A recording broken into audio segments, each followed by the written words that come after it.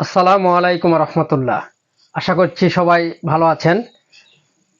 এক ভাই জানতে চেয়েছে যে গাড়ি স্টার্ট করার সময় পিক আপ ধরতে হয় না পিক আপ ছেড়ে স্টার্ট দিতে হয়। তো বিশেষ করে বাস আমরা যারা স্টার্ট দিব প্রাথমিক অবস্থায় স্টার্ট কিভাবে দিতে হয় ওইটাই আজকের ভিডিওতে জানবো ইনশাআল্লাহ। আমরা আসেন প্র্যাকটিক্যালি আমরা দেখি কিভাবে বাস স্টার্ট দিতে হয়। আপনি প্রথমে তেল, পানি, ইঞ্জিন অয়েল, ব্যাটারি সব কিছু চেক করবেন।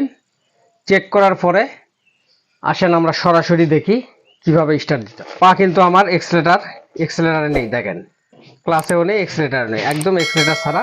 এরপরে আপনি এই যে গিয়ারটা দেখবেন, গিয়ার নিউট্রাল আছে কিনা। অবশ্যই নিউট্রাল করে স্টার্ট করতে হবে, গিয়ার অবস্থায় কখনো গাড়ি স্টার্ট করা যাবে না। এই যে এখন আপনার সব কিছু চেক করা হয়ে গেলে আপনি এই যে মাস্টার সুইচটি এভাবে অন করতে হবে। আচ্ছা, অন করার পরে ইঞ্জিন সুইচ দিবেন। এই যে দেখেন ইঞ্জিন সুইচের বাতি জ্বলছে।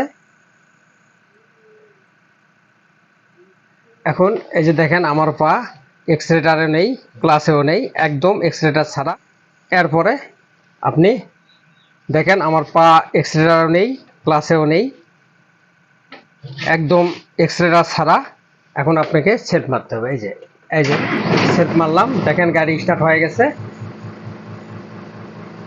এখন আপনি কিছুক্ষণ অপেক্ষা করবেন ইঞ্জিনে মোবাইল ওঠা পর্যন্ত।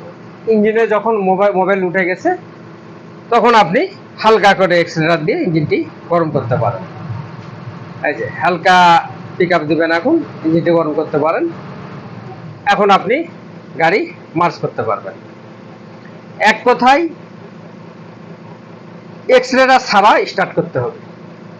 যদি আপনার গাড়ি কোনো সমস্যা না থাকে অবশ্যই আপনি সব কিছু চেক করার পরে গাড়ি নিউট্রাল করে এক্সেলেটার ছাড়া গাড়ি স্টার্ট করবেন। এ হচ্ছে গাড়ি স্টার্ট করার নিয়ম। আশা করি বুঝতে পেরেছেন। অবশ্যই এক্সেলেটার ছাড়া গাড়ি স্টার্ট করতে হবে। আপনি সব কিছু চেক করার পরে গাড়ি নিউট্রাল আছে কিনা দেখবেন, মাস্টার সুইচ দিবেন, ইঞ্জিন সুইচ দিবেন, কিছুক্ষণ অপেক্ষা করবেন। এরপরে আপনি সেট মারবেন। গাড়ি স্টার্ট হয়ে গেছে, কিছুক্ষণ অপেক্ষা করবেন, তারপরে হালকা করে পিক আপ দিয়ে ইঞ্জিনটি গরম করবেন।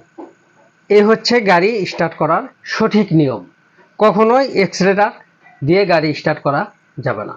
আপনার গাড়ি যদি কোনো সমস্যা না থাকে তাহলে অবশ্যই এক্সেলেটার ছাড়া, ক্লাচ ছাড়া নিউট্রাল অবস্থায় গাড়ি স্টার্ট করবেন। আশা করি বুঝতে পেরেছেন। ভালো থাকবেন, সুস্থ থাকবেন। আজকের মতো বিদায় নিচ্ছি। পরবর্তীতে আবারও কোনো ভিডিও নিয়ে আসবো। এই পর্যন্তই। আসসালামু আলাইকুম ওয়া রাহমাতুল্লাহ ওয়া বারাকাতুহু।